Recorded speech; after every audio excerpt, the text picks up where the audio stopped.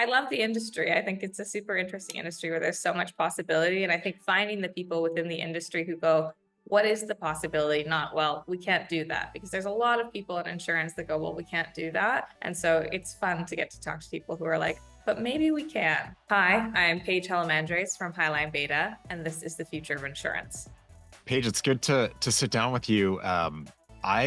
We had to catch up. I think it's super interesting the kinds of things that you get to see that a lot of us who are kind of stuck in the day-to-day grind don't get to dream about and engage with. So it'll be cool to hear some of your thoughts. But before any of that, I'd love to just hear about you and what Highline Beta is for those who don't know. Yeah, for sure. Well, thank you so much for having me. I'm excited to kind of have this conversation as well.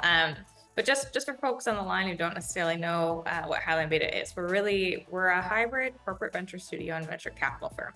And those are some fancy words to describe really what it means, which is we work with corporate partners to help build and find opportunities for new businesses. We have a side of the business that works with those corporate partners to identify those businesses that they might own. And we have a side of the business, which is our venture capital side, that if we find an opportunity that they're interested in spinning out into something net new, a net new company or a net new business, we can co-invest in and help to grow those companies. And so really we work at the intersection of kind of corporate innovation as well as venture capital, which is a unique place to work at, particularly in an insurance context, I think. In the VC side of it, you're not out hunting for startups on their own to throw some early stage money into. You're doing it from the sort of the spinoff or the incubation to something on its own standalone, which is different, I think, from what most people would consider. Yeah. Really interesting. Mm-hmm. It also implies that, I mean, obviously, you do some work in the insurance sector. It implies that we in this space actually can come up with ideas and spin them out into their own things, or else you wouldn't do what you do. So that's really, that gives hope, which is very. Yes. What are some of the kinds of things that you see then? Like, I'm thinking, thematically, where do you see people focusing? Whether it's a functional issue or a line of business issue, an approach to the market, and then what are some of the technologies I want to get into as well? Obviously, like I have to say Gen AI, or Mhm. what modern podcast wouldn't be complete without saying it. But what are some of the kind of technical themes that you see presenting themselves, if there are any? Yeah, it's a great question. I think, to me at least, as someone who's been working with folks in insurance in an innovation context for quite a few years now, I actually think insurance is just one of those interesting spaces where the constraints, there are so many opportunities to do something interesting because there's so many constraints that can be really difficult to work around unless you have quite technical and detailed knowledge of the industry. And so there's lots of opportunity there. But I think some of the things that we've personally been seeing throughout kind of the insurance sector of things that we've worked on or things that we've seen as opportunities include there's some themes around embedded insurance, which we've been working on quite a bit. So thinking about how do you meet people where they are? How do you find moments for insurance to embed into people's lives in a more real and nuanced way? So we've done quite a bit of work in that space, which has been very interesting. There are some interesting companies that came out of an accelerator program we helped to run with Intuit, for example, that really focus on embedded insurance and thinking about underserved markets and how you can kind of find insurance opportunities there. So that's more from like an actual product perspective. Then we're also working on a lot of things that are more so so that kind of stays within, it can stay within house. Often that actually ends up spitting out because the complexity of serving those markets from a using the same systems that we use today perspective can be a real challenge. And so the opportunity to take it outside and actually do something interesting instead of trying to integrate in is interesting. And then from more so from a, again, internal side is we've done a lot of work on kind of internal process and thinking about how do we use AI in an internal process capacity and how are we thinking about improving our workflows, improving efficiency, improving loss ratios, things of that nature. So big thematic space there that we're seeing a lot of work into. And then beyond that, I mean, I always say, like, I'm not the technical expert in insurance by any means. Like, I'm not an actuary. I'm terrible at math, and no one should trust me to underwrite anything. But we are seeing some innovation in that space as well. So thinking about, I think that's another place where AI is coming into play is like, how can you take these large data sets and think about things from like an epigenetics or like a large modeling perspective and think about how do we change the models that we use? How do Yeah. we make it different? How do we think about, again, improving markets, improving the things that we do? So those Yeah. are some of the themes that we've started to see and things that we've been playing around with. Would you mind if I dug into them a little bit more to hear your Sure. Yeah, go perspective? for it. So embedded before Gen AI was a buzzword, embedded was a buzzword, and I guess it's like blockchain before that. Um, it's been a focus a lot. It was more than one of the companies in my second book was an embedded story, and there's Yeah. been some pivoting, but they still have embedded in their business model. But it feels like um, for all the hype, it still hasn't really, at least not blatantly in people's minds, caught on. And when people talk about it, they tend to talk about these kind of like peripheral coverages, like travel insurance will always come up, and then it's like kind of more warranty product. Mhm. Um, and it feels like we're still at the promise of it being something more tangible or more mainline products. Is that how you see it? Do you think, at least today, that it's more for the kind of add-on and smaller ticket insurance products, or do you actually think it has the legs to do the bigger stuff, or maybe what's holding it back? Yeah, it's a great question. Yes, I do think today it is those kind of more add-on products. I think it has the potential to be much more. And we've worked in a couple of contexts where we're looking into that. But honestly, the main challenge there is just what data do we actually have? One of the challenges in the industry is which is a good challenge in many ways. I'm very glad that everyone follows the law, but privacy is obviously a large issue. And so Yeah. how do you get around the fact that we actually do want to know in an aggregate way who our customers are to be able to target them more appropriately with cross-selling of products and things of that nature? Like, how do you embed things in your lives when you're not allowed to store any information about them? Yeah. Becomes kind of a challenge. And how do you use new data sets, or how do you find data sets that you don't own to kind of make better decisions? And I think that's one of the biggest challenges that embedding has really had is there's a tension between privacy, security, and private information, and keeping folks' private information private, and actually meaningfully embedding insurance in their lives. Yeah. Um, One, for those who can't tell, you're in Canada. Yes. One thing that I've learned is ignorantly thinking Canada was just more northern US in terms of like buying habits, insurance markets. It's a wildly different market. And I think people don't appreciate that, both in insurance and just consumption in general, digitization, et cetera. Um, do you focus on both markets, and what sort of nuances do you see? And I was wondering if that's part of the holdup with embedded. Is it just sort of consumption habits and people's comfort with things, or is it more than that? Maybe your US and Canadian view gives you some of that feel for like, look, these are more sort of like structural or fundamental behavioral barriers that just haven't evolved yet. Yeah, it's a great question. I think, yeah, so we definitely work across the US and Canada in both, doing insurance related things in both countries. And I think they are very different. One of the main differences I will say is that in a Canadian context, we don't have health insurance. And I mean, you do, but it's primarily through an employer. And so Yeah. the conversation that we have with insurance on a regular basis is just not the same, because there's not a lot of insurance products that you're using on a regular basis in the Mhm. Canadian market. Whereas in the US, health insurance means that you are actually using it on a, Constantly. not all Yeah. the time, but Yeah. yeah, exactly. But at least on a semi-regular basis. And so I think that just changes the way that we perceive the purchase of insurance and the way that we think about what insurance serves to do in our lives. Like health insurance is kind of a critical insurance product, and the fact that you're having those conversations means, again, like people are thinking about insurance in a Yeah. more conscious way, I think, than we think about it in Canada. So I think that changes things. I also think we have a very different model for how insurance regulation works in Canada. Like the US model of every state having its own nuance to regulatory environments and what that means from a privacy perspective is a challenge that doesn't exist in Canada in the same way.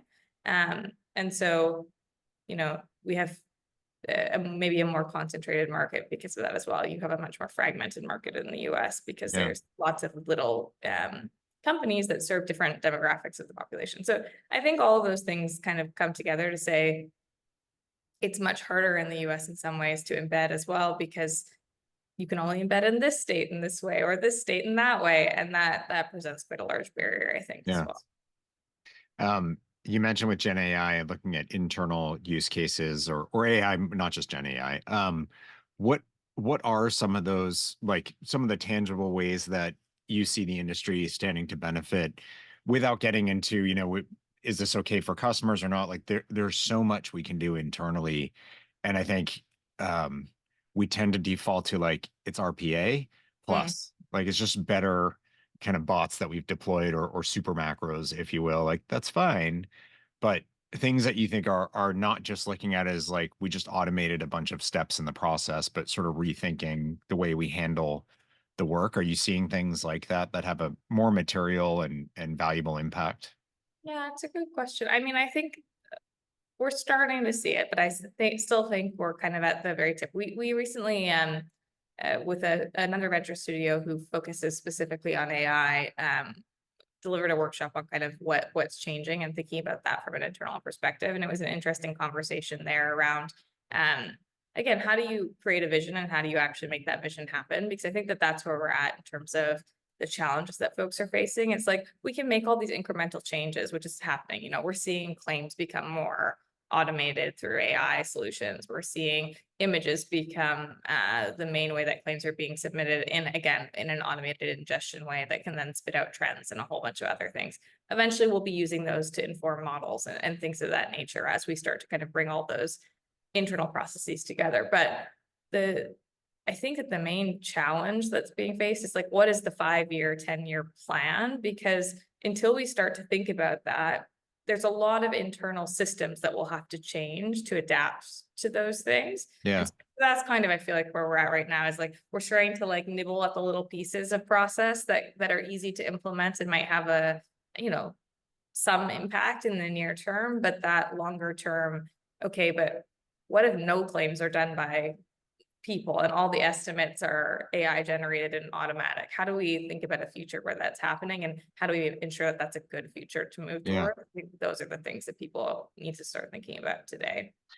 Those are a lot of those things are expense ratio focused, which is fine. And people on the show have heard me go on and on about like, I'm all for fixing the expense ratio, but that's not the bulk of our costs. Yeah. It's the actual indemnity and avoiding the loss in the first place. Do you see AI as a path to address the loss ratio itself and not just the expense ratio and the underwriting results? Or is it really, are we like, is it hamstrung in our hands because we tend to put it to like, oh, we can cut out 20 minutes from this process or 3 touches or whatever? It's a great question. I mean, I think yes. I think that the challenge, again, is just going to be the like, how do we expand beyond the scope of what we are doing today? Because Yeah. um, preventative, we've seen lots of attempts at preventative insurance, like products coming to market to be more preventative and proactive as a general rule of thumb. You can think about the examples of like Vitality and like the health Hmm. insurance industry, things of that nature.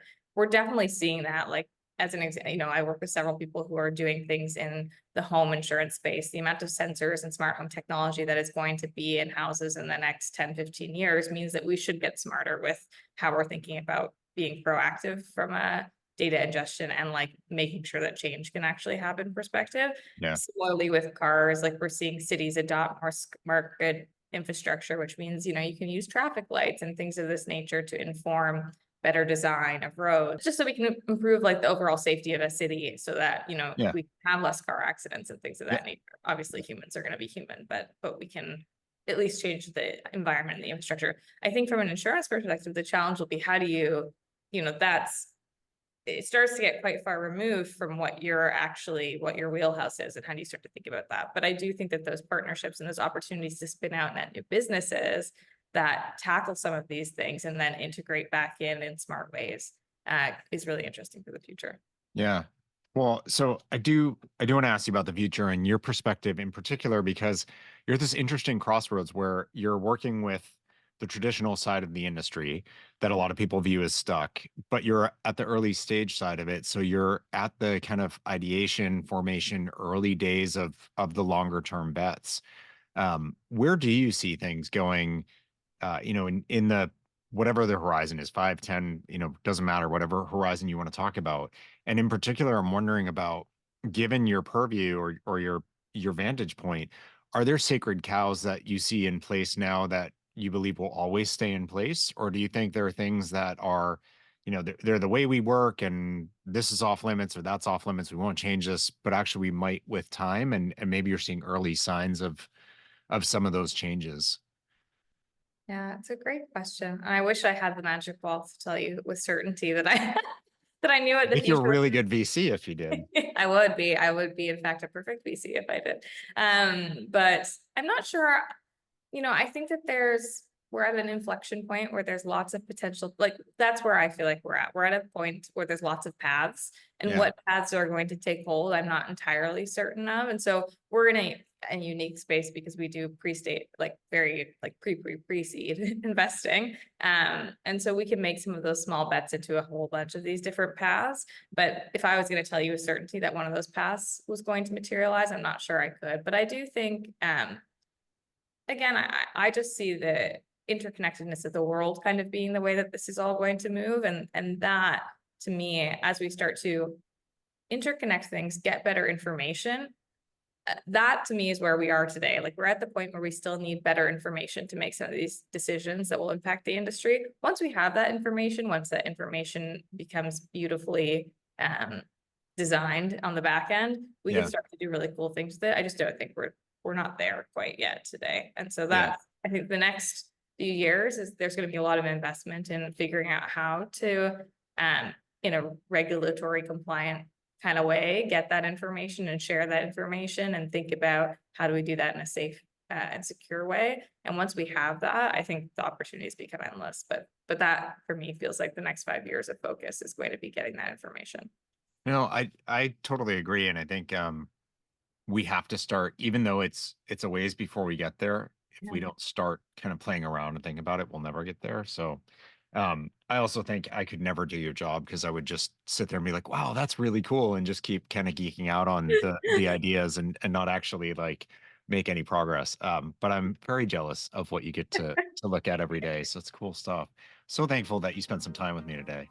Oh, it's my pleasure. It was, again, I love the industry. I think it's a super interesting industry where there's so much possibility. And I think finding the people within the industry who go, what is the possibility? Not, well, we can't do that. Because there's a lot of people in insurance that go, well, we can't do that. Yeah. And so it's fun to get to talk to people who are like, but maybe we can. Yeah. So thanks for having me and being open to that conversation. Very cool. Thank you, Paige. My pleasure. It's great to get some time with Paige and to hear her perspective. It's really interesting that she gets to sit in this cool spot where she's working with traditional players, but working with them on things to move us forward and to change us, and either to do that within their context, within their business directly, or to find how maybe that idea would thrive on its own as a standalone entity and then to help make that successful. And that's just a cool, like I said, I think I would just sort of constantly be geeking out and excited about the possibilities. So very, very cool work that she gets to do at Highline Beta. And I appreciate what they're doing to help support that engine of change from within the industry, which is such an important thing. And of course, so much of what I've been saying around changing our mindsets and thinking about what's possible and finding ways to do it instead of just standing in this spot of kind of grumpiness of like, this isn't working for us, but we're going to defend it anyway, and we can't change, and it's all impossible because we can't. Taking a different approach is really critical. So it's very cool getting to sit down with someone who's living in the midst of that approach and the impact of that approach that players in the industry are actually having. So I love that. Hopefully you take that message in and think about that for yourself as well. That's such an important part of this show as a whole. It's, any of the specific things that you might see or specific solutions or what a specific company is doing in a specific place, like that's all great. But that's not really the point of the show. The point of the show is the aggregate impact it has on how we look at what's possible, what opportunities we could go after, what problems we could solve, and the sort of cultural or mindset shift that we all have the ability to put in place to make that possible. So with that, thank Paige again for taking some time out to join the show and share with us. Thank all of you for listening in, and I will see you back here next time. Thanks, everyone.